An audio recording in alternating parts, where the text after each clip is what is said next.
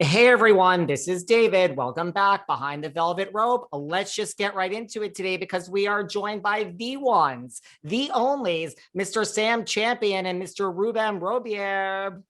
Hi, hon. How are you? What is going on? How are you guys doing? How are you today? Good. It's a very good day. We just had a major snowstorm in New York that I forecasted for, and then had to get that going and and we're just happy to not be in the middle of it. So it's all great. Meanwhile, it's a sunny sky in Florida. Well, Kind of. now it's not a bit cloudy. Well, I am in New York City. So I was going to say, when you mentioned New York, I was like, there's no way you're in New York. It seems too sunny behind you guys. It's snow. There's snow everywhere here. Yeah, but it was a pretty one. It really was a pretty one, right? You know what it is? Everybody today, including myself, was in like the best mood. I think it's just like the first snowstorm, right? It's like making everyone happy. Yeah. Plus, there's not so much happiness. Let's be honest. I mean, we've had 2 really tough years. So the little stuff that makes you happy, it's snow. It's a pretty snow on a Friday. Come on, who's not going to love that? You get a chance to walk in the park, put on a big parka, enjoy how beautiful the city is when it's covered in a fresh white coating of snow. It's an amazing thing. And you say you accurately predicted this, so we have to give you props, right? Well, I mean, it's just what we do. But listen, some people want to talk about Mike Wood. Some people want to talk about Al Roker. I have to say, my formative years were Sam Champion. So my family, we grew up on you, Sam. Well, thank you. And plus, they're both really nice guys. So if you want to talk about them, I'm okay with that too. But at this point, let's see, I got to New York in 1988.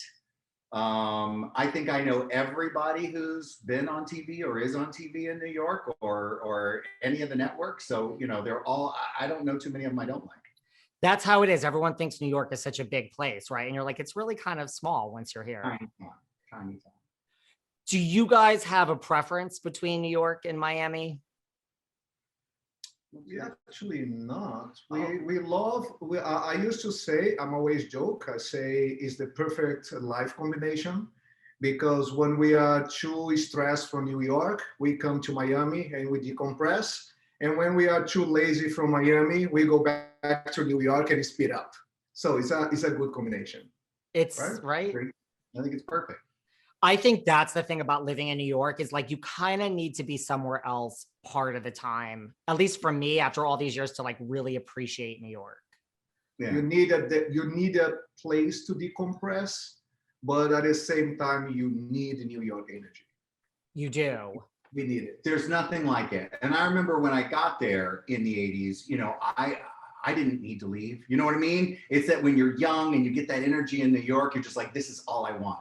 But as you spend a little time there, and you're right, there becomes a time when you're like, I just need to break out of this for a minute and be quiet for a moment. Yeah. And totally. Even as an artist, here in Miami, my studios here, my warehouse where I build the sculptures are here. But New York is the city that inspired me. New York is the most inspired city in the world. Yeah, he's got 2 public sculptures there now. He loves to be in New York. He's always out on the streets, always out taking pictures of things and looking at things. Where are your public sculptures? One is in Tribeca, right? No, right now they are in Randall Island. Yeah. Wow. I had one in 2019 in Tribeca. Tribeca Park. We have 2 in Randall Island Park. Oh, wow. Growing up in Brazil, like when did you first realize like art was your calling? I love art and I can't draw a straight line. So, just because you want to be an artist doesn't mean that is your path. Like, when did you kind of realize that was your path? And when did you realize you were actually good at it? It is interesting because I'm always say that art just find a way to express itself. Doesn't matter if through poetry or designer or visual arts, so dance, art will find a way. The time I was a teenager when I wrote a book, my background is poetry. So I start to take photographs to illustrate my book. And as soon as I changed for photography, I'm fell in love for photography. I'm gonna become a professional photographer in São Paulo. And from there, I was discovered by a French association who brought me to Europe, and I'm starting my career there. Oh, you should see these photographs too. His early works.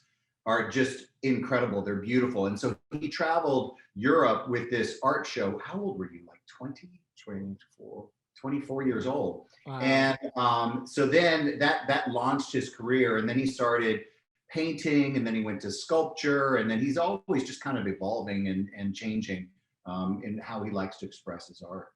Do you have like a certain medium you prefer working with as opposed to others? Like, do you have a favorite? That's so funny. I actually not. I think the most important in my work in life is the message. You know, the message you wanna say with your work.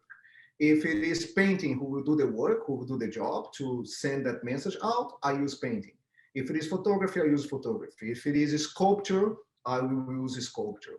We all depends of what we want to talk about. What about I mean, I happen to love butterflies. So talk to me about the symbolism of your work with the butterflies. Butterflies for me always mean transformation, you know. The fact that I see all ourselves as a butterflies, because is the power. I talk about the power of reinvent yourself, and even think as a gay man, we learned that from the beginning. We learned that from early on, to reinvent ourselves, to reinvent our life, reinvent our career, and I think that is the symbolism of the butterfly for me. That makes sense. Okay, so when he put this sculpture in Tribeca Park, and it's his dream machine. And first of all, the idea of the dream machine was, to me, just so incredibly, it was beautiful. I mean, to take these wings and put them someplace where, and then it's not just put yourself in front of a wing and take a selfie. It's because, you know, you can do that, and that's great too. Why not? But this was, his thing was, put yourself in front of these wings, close your eyes, and picture where you want to be in your life. You know, bring it to you.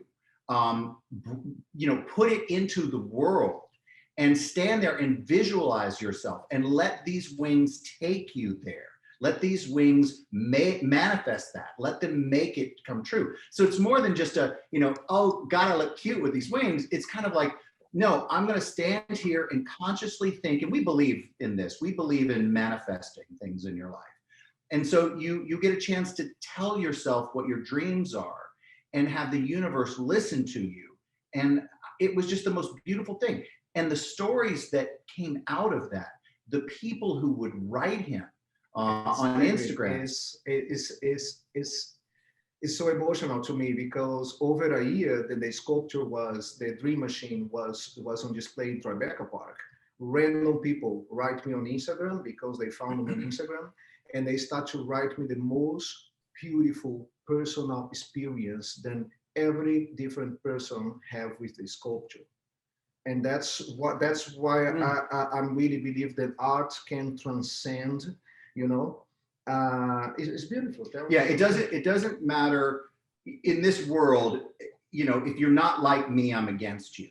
You know, it's like, it's just, I don't know how this happened. I don't know why this is a thing that people think is productive, because it is anything but. It's totally destructive. But different people from all over the world with different experiences, they can stand in front of that artwork and have a meaningful experience that in that way connects them with the person who had one before them, who might not share any of their belief structure, but they can have something in common.